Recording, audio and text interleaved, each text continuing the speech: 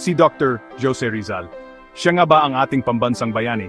Ilang beses ko na ring narinig yan sa mga klase, kwentuhan, usapan ng barkada. Pero kapag sinuri mo talaga, bakit nga si Rizal ang paboritong pangalan sa kasaysayan ng Pilipinas? Hindi ba't mas madali sanang pumili ng bayani na nakipagdigma, sumunggab ng espada, o sumigaw ng kalayaan sa gitna ng gulo? Pero iba si Rizal, tahimik, pero makapangyarihan. Gamit ang panulat, ginising niya ang natutulog na diwa ng mga Pilipino, noli me tangere el filibusterismo. Sa halip na baril o bolo, tinta at papel ang sandata niya.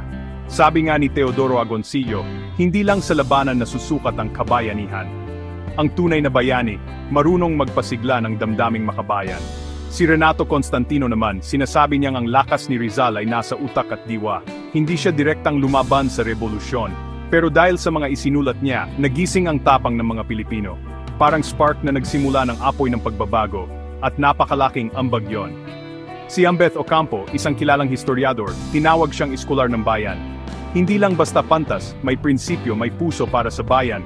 Sa pagtuturo, pagsusulat, at pagtulak ng edukasyon, nailaban niya ang reforma para sa bawat Pilipino. Wala siyang kinakatakutan, kahit nakapalit ay sariling buhay. At ayon kay Zeus Salazar, si Rizal ay simbolo ng kabayanihan na hindi nakasandik sa dahas.